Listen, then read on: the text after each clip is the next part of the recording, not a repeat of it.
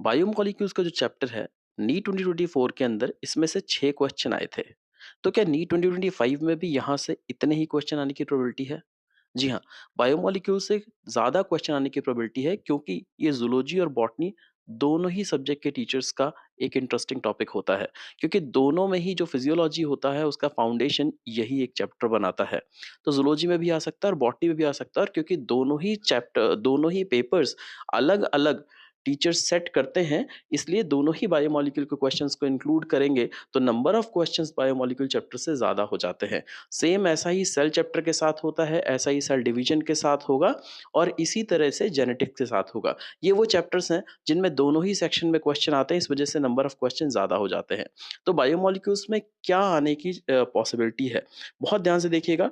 इस बार जो बायोमोलिक्यूल में सबसे ज़्यादा आने की पॉसिबिलिटी है वो है अमाइनो एसिड के टाइप्स।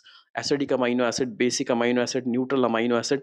मैंने यहाँ पर इसको हाइलाइट कर रखा है एरोमेटिक अमाइनो एसिड, क्योंकि ज़्विटर आयन पे भी रिसेंटली एक क्वेश्चन आया था कि इनमें से कौन-सा स्ट्रक्चर ज़्विटर आयन को रिप्रेज़ेंट करता है। अमाइनो एसिड के टाइप्स बहुत ज़्यादा इंपॉर्टेंट हैं। फैटी एसिड में एरिकडोनिक एसिड, क्योंकि उसके नंबर ऑफ कार्बन्स यहाँ पर दिए हुए हैं, वो इंपॉर्टेंट है। उसके अलावा फैटी एसिड्स ग्लिसरॉल के साथ मिलकर लिपिड बनाते हैं, और उनके बीच में एस्टर लिंकेज होता है, उसका भी डिस्क्रिप्शन यहाँ पर है। नेक्स्ट, ये जो डायग्राम्स बने हैं, इन डायग्राम से भी क्वेश्चन आ सकता है कि कौन सा डायग्राम किस चीज़ को रिप्रेजेंट करता है। सेकेंडरी मेटाबोलाइट की टेबल बहुत ज़्यादा इंपॉर्टेंट है। यूजुअली मैचिंग में भी क्वेश्चन आ जाता है, या कभी-कभी सिंपल टेबल से भी पूछा जा सकता है कि इनमें से कौन सा टॉक्सिन का एग्जाम्पल है, इनमें कौन सा लैक्टिन का एग्जाम्पल है वो। तो मैचिंग में आ गया तो क्वेश्चन सही होने की पॉसिबिलिटी बहुत ज़्यादा होती है। और सेकेंडरी मेटाबोलाइट की टेबल के बाद यहाँ पर देखिए, एक चीज़ मैंने ग्रीन कलर से हाईलाइट कर रखी है। इसमें ये लिखा हुआ है कि जो लिपिड्स होते हैं उनका मॉलिक्यूलर वेट 800 डाल्टन से कम होता है, लेकिन उसके बाद भी वो बायो मैक्रो मॉलिक्यूल्स में आते हैं। तो उसका रीजन, एसोसिएशन रीजन, बहुत अच्छा क्वेश्चन यहाँ से बनता है। फिर देखिए, प्रोटीन में डिफरेंट टाइप की प्रोटीन और उसके फंक्शन का टेबल है, इसके भी आने की प्रोबेबिलिटी बहुत ज्यादा है। पॉलीसेक्राइड्स अगर आप देखेंगे तो डिफरेंट टाइप के पॉलीसेक्राइड्स, उनके मोनोमर्स ये पूछे जा सकते हैं, और कौन सा पॉलीसेक्राइड कहाँ पर पाया जाता है।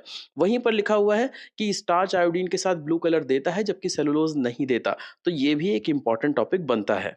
फिर आते हैं हम quaternary structure of protein, haemoglobin के स्ट्रक्चर पे क्वेश्चन आता है। एंजाइम्स में अगर आएंगे, तो एंजाइम्स में सबसे ज्यादा जो क्वेश्चन आने की प्रोबेबिलिटी है वो है कोएंजाइम और कोफैक्टर से, एंजाइम के इनहिबिशन से, और कोएंजाइम और कोफैक्टर से। कोफैक्टर और कोएंजाइम, फिर प्रोस्थेटिक ग्रुप और मेटल आयन। इसमें कई सारे एग्जाम्पल्स दिए हुए हैं, जैसे कि विटामिन आर द कोएंजाइम्स, है ना। कोफैक्टर जो होते हैं वो भी ऑर्गेनिक डिफरेंट टाइप के कंपाउंड्स होते हैं, और कार्बोनिक एनहाइड्रेस का भी एग्जाम्पल है। तो ऐसे ही कई सारे वीडियोस के लिए चैनल पर बने रहें। Wish you all the best.